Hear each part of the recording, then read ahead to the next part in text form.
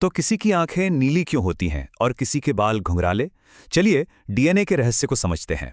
इसका जवाब हमारे शरीर की हर एक कोशिका के अंदर छिपा है, एक तरह का सीक्रेट कोड।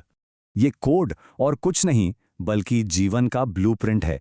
डीएनए यही बताता है कि हम कैसे बनेंगे। कोशिका के सेंटर में होता है न्यूक्लियस और इसी के अंदर डीएनए कसकर पैक होता है।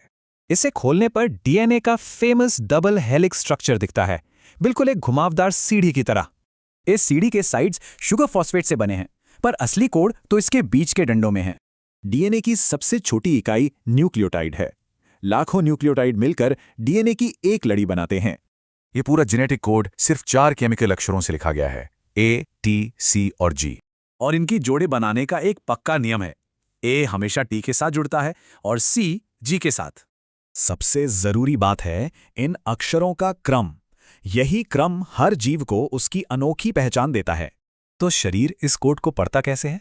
दरअसल इस कोड का मेन काम है प्रोटीन बनाना।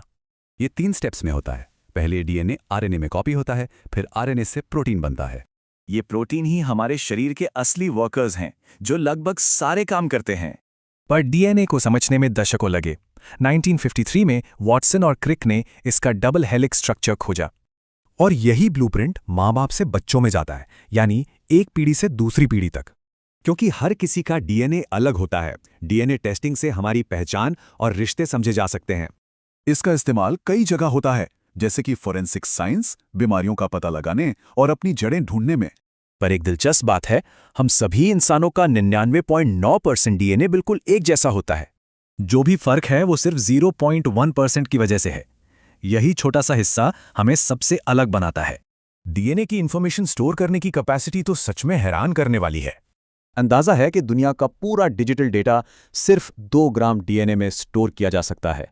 तो सवाल यह है कि जब हम इस कोड को और बेहतर तरीके से पढ़ेंगे तो भविष्य कैसा होगा?